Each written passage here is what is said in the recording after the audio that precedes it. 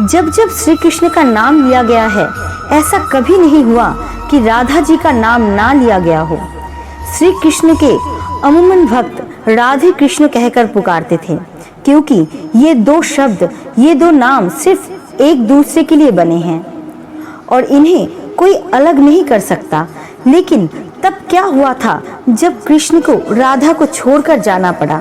बिना कृष्ण के आखिर राधा कैसे रही होगी? ये सवाल ही मन में व्याकुलता पैदा कर देता है। आज हम राधा के जीवन के वो पन्ने पलटने जा रहे हैं जिसके बारे में हम में से ज्यादातर लोगों को कुछ नहीं पता होगा। कृष्ण से राधा और राधा से कृष्ण को कोई जुदा नहीं कर सकता, लेकिन हालात और वक्त इन्हें भी नहीं बख्शा। ये हम सभी जानते हैं कि कृष्ण का बचपन वृंदावन की गलियों में बीता। नटखट नंदलाल अपनी लीलाओं से सभी को प्रसन्न करते तो कुछ को परेशान करते थे, लेकिन कृष्ण के साथ ही वृंदावन की खुशियां थी। कृष्ण अपनी बांसुरी की मधुर ध्वनि से अनेक गोपियों का भी दिल जीता, लेकिन सबसे अधिक यदि कोई अगर उनकी बांसुरी से मोहित था तो वो राधा थी। लेकिन राधा से कहीं ज्यादा प्यार कृष्ण उन्हें करते थे।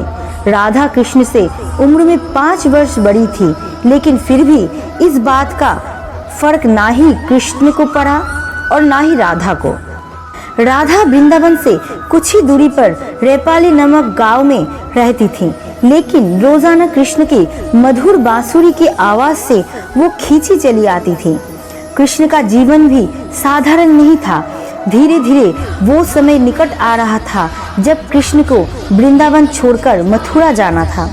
कृष्ण के दुष्ट मामा कंस का अत्याचार चरम सीमा पर पहुंच चुका था और एक दिन कंस ने उन्हें और उनके भ्राता बलराम को मथुरा आमंत्रित किया और इसी बात से वृंदावन नगरी में सभी के भीतर एक डर पैदा हो गया। वृंदावन में मानो जैसे मातम सा छा गया था।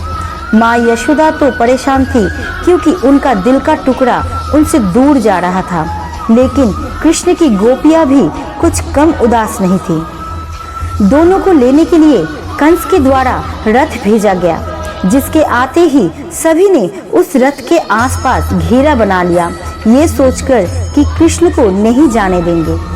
उधर कृष्ण को राधा की चिंता सताने लगी और वो सोचने लगे थे कि जाने से पहले एक बार राधा से मिल ले। मौका पाते ही वो छुपकर वहां से निकल गए और फिर उन्हें राधा मिली, जिसे देखकर वो कुछ कह ना सके। राधा कृष्ण की इस मिलन की कहानी बहुत अद्भुत है। दोनों ना तो कुछ बोल रहे थे, ना कुछ महसूस कर रहे थे, बस चुप थे। राधा कृष्ण को ना केवल जानती थी, बल्कि उनके मन और उनके दिमाग को भी समझती थी।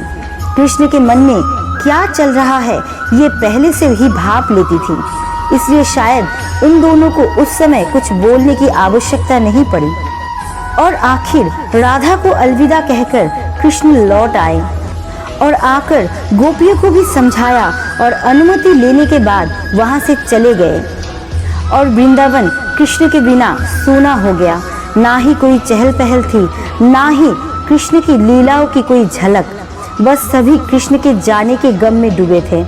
परंतु दूसरी ओर राधा को इस बात का कोई फर्क नहीं पड़ा था, क्योंकि उनकी दृष्टि में कृष्ण कभी उनसे अलग हुए ही नहीं थे। शारीरिक रूप से जुदाई मिला उनके लिए कोई महत्व नहीं रखता था। यदि कुछ महत्वपूर्ण था तो राधा कृष्ण का भावनात्मक रूप से हमेशा जुड़ा रहना।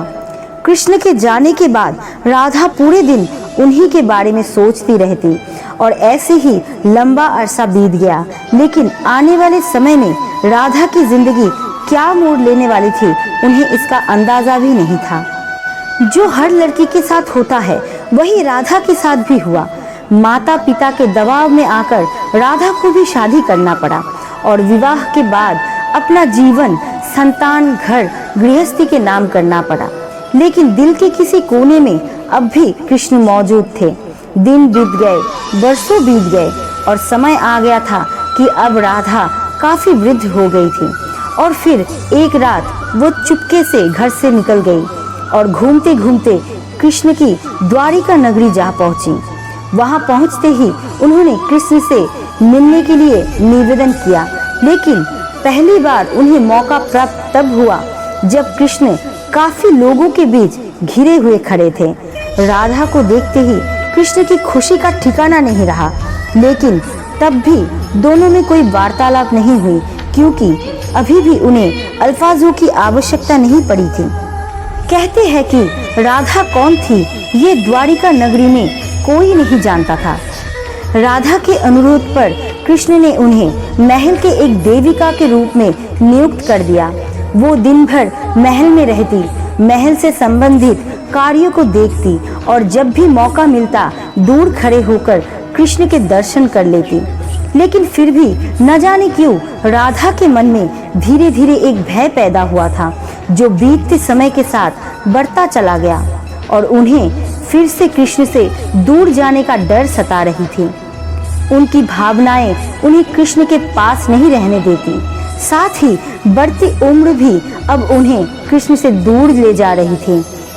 और आखिर एक शाम वो चुपके से महल से निकल गई और ना जाने किस ओर चल दी। वो नहीं जानती थी कि वो कहाँ जा रही थी और आगे मार्ग पर क्या मिलेगा, बस चलती जा रही थी। परंतु कृष्ण तो भगवान थे, वो सब जानते थे, इसलिए अपने अंतर्मन में वो जानते थे कि राधा कहाँ जा रही है।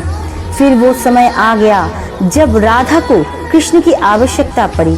वो अकेली थी, बस किसी तरह कृष्ण को देखना चाहती थी और जैसे ही ये तमन्ना उनके मन में आई, कृष्ण उनके सामने प्रकट हो गए।